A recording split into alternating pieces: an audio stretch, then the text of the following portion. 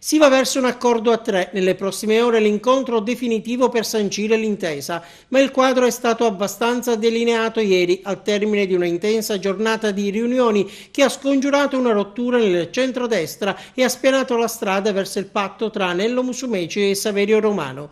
Un accordo che porterà all'interno della coalizione anche Roberto Lagalla con la sua Idea Sicilia. È ipotizzabile dunque una sorta di tricket, così come si è espresso con una battuta lo stesso Romano.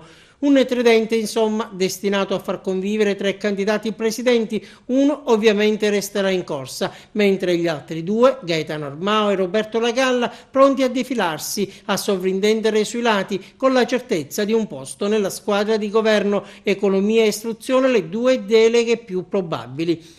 Sia l'avvocato palermitano sia l'ex rettore saranno assessori di Nello Musumeci in caso di vittoria. Saranno assessori e entrambi si candideranno alle regionali per un posto da deputato. L'intesa di massima c'è, ma si dovranno limare gli ultimi dettagli. Per superare gli ultimi ostacoli che si erano frapposti all'unità della coalizione è servito un pranzo ieri in centro a Palermo tra i commensali Musumeci e Romano e poi Gianfranco Miccichè, regista dell'operazione, e Giusy Savarino, portavoce di Diventerà Bellissima, ma anche pontiere verso il mondo post-cuffariano. In giornata prevista la stretta di mano definitiva, domani poi l'annuncio ufficiale.